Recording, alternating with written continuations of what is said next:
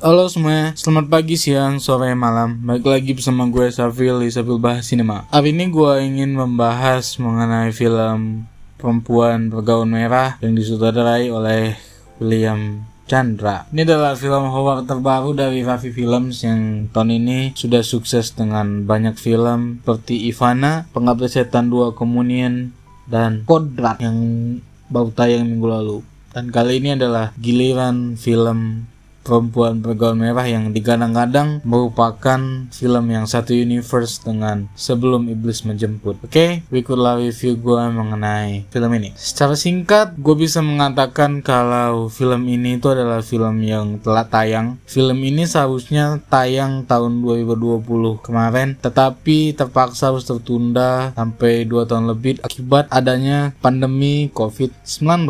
Dan alhasil film ini pun sudah kelihatan ketinggalan zaman dengan perkembangan film horor akhir-akhir ini yang begitu pesat, baik dari ide cerita, teknis, bahkan eksekusi dari film tersebut. Film ini sudah terlihat basi dan akhirnya tidak begitu nikmat lagi untuk disantap akibat dari keterlambatan tayangnya sampai 2 tahun lebih atau mungkin hampir 3 tahun. Film ini seperti gue bilang disutradarai oleh William Chandra dan kemudian diproduksi pula oleh Timo Cahyanto. Film ini itu adalah film yang mengambil premis yang gue bilang udah sangat pasaran banget, sudah sangat sering dipakai di film-film serupa, yaitu tentang hantu perempuan yang mencoba untuk membalas dendam kepada orang-orang yang menyakitinya dan lain sebagainya yang menyebabkan kematiannya. Ya, premis yang gue sendiri itu udah bosan banget dengan ini karena memang udah terlalu sering dipakai dan dari tiap eksekusinya itu gak banyak hal yang dimodifikasi, gak ada inovasi baru atau pembaharuan untuk premis ini, sama sekali gak ada kreativitas dan akhirnya cuma berakhir dengan eksekusi yang gitu-gitu doang dan membosankan banget lah untuk film-film yang udah gini-gini doang. Dari zaman tahun 80-an sampai sekarang eksekusinya masih gini-gini doang, eksekusinya masih gitu-gitu doang. Capek lah kalau film horor tuh terus menggunakan premis yang seperti ini. Premis yang sudah sangat pasaran ini kemudian dikombinasikan dengan eksekusi yang juga sangat pas-pasan, yang gue dapat mengatakan tuh kalau eksekusinya itu lebih mendekat ke arah terbata-bata dibandingkan lancar dalam eksekusinya.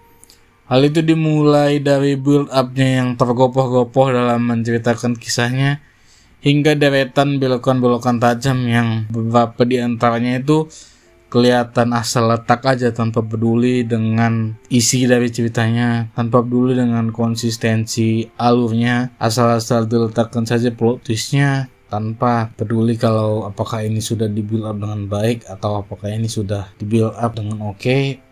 Yang penting plot twist berkelihatan keren aja gitu. Ya memang harus diakui kalau ada beberapa alur yang masih dapat dicerna dengan baik, masih cukup oke, tetapi kebanyakan hanyalah plot tipis yang gak memiliki banyak dampak signifikan terhadap plotnya. Mungkin ya, ini mungkin aja sih adanya unsur budaya peranakan Chinese dengan segala teori-teori mistik yang diperlihatkan di sini tuh cukup menarik perhatian, walau ya semuanya tetap saja hanyalah bumbu tipis yang gak dibangun dengan dalam oleh para filmmakernya, baik itu penulis naskahnya ataupun sutradaranya yang dalam hal ini adalah orang yang sama, yaitu William Chandra. Meski begitu, gue masih dapat mengakui kalau babak ketiga film ini cukup nikmat untuk ditonton. Ya masih ada sentuhan-sentuhan khas Timo Cahyanto dengan visi-visi sadisnya yang cukup diperlihatkan di sini. Walau kembali lagi ya semuanya cuma untuk seru-seruan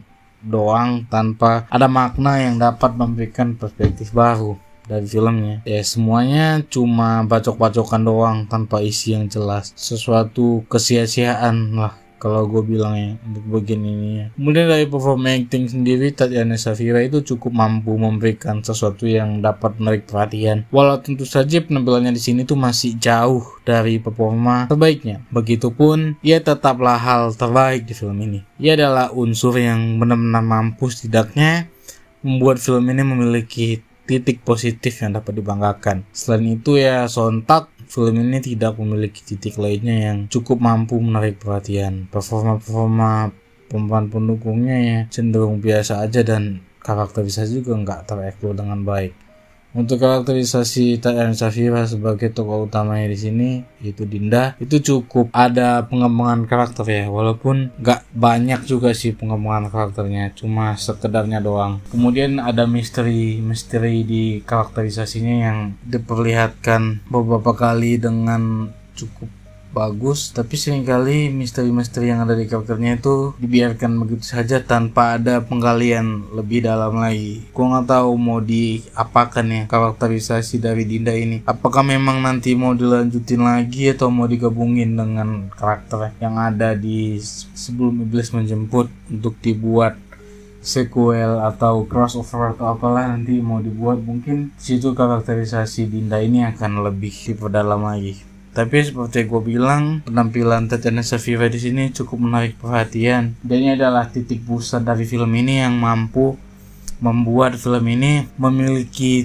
sesuatu lah untuk ditonton. Tanpa Tatiana Shafira ya film ini nggak akan memiliki sesuatu yang menarik perhatian. Karena memang yang lainnya ya tampil ala kadarnya banget ya. Banyak aktor-aktor di sini yang itu aktingnya ya gak terasah dengan baik. Bahkan Fardina Mufti yang seharusnya bisa menarik perhatian pun gak berhasil benar-benar tampil all deh. Walaupun gue sebenarnya sempat berharap kalau karakter dari Fardina Mufti yang ada di sini tuh bisa digali lagi, tapi pada akhirnya semuanya cuman disajikan dari permukaan doang tanpa ada usaha untuk menggali atau memberikan kesempatan bagi para pemainnya untuk tampil lebih baik daripada apa yang udah tersaji di film ini. Ya sebagai konklusi gua, Perempuan Bergaun Merah gua bilang bukanlah suatu sajian yang benar-benar menarik perhatian, biasa-biasa aja lah. Walau gua nggak akan mengatakan kalau film ini adalah sebuah kemunduran, karena memang film ini sudah dibuat sangat lama, udah 3 tahun lebih. Begitupun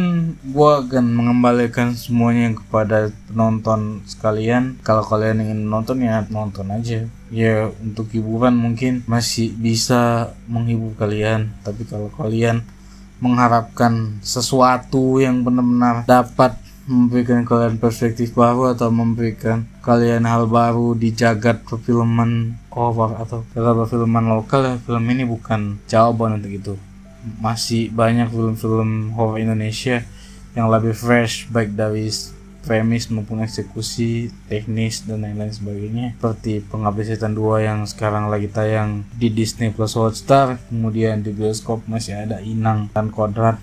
Ya terserah kalian lah kalian mau nonton yang mana. Tapi Perempuan Bergaun Merah ini bukanlah film yang benar-benar buruk atau film yang benar-benar gak memiliki suatu kelebihan. Film ini masih memiliki kelebihan dan hal ini terdapat pada seorang Tatiana Shafira. Ya kalau kalian juga ingin mencari film yang membahas tentang budaya Chinese, ya film ini juga adalah suatu jawaban. Ya mungkin cocok untuk kalian kalau kalian suka dengan budaya Chinese, atau kalian Chinese, atau kalian penasaran dengan hantu-hantu Chinese atau apalah. Mungkin film ini bisa memberikan pengalaman itu untuk kalian. Sekian dulu review gue mengenai film Perempuan Bergaun Merah ini. Seperti biasanya jangan lupa like, comment, subscribe ke channel ini, share video ini jika anggap ini bermanfaat. Gue Shafril, see you another time and bye bye, adios.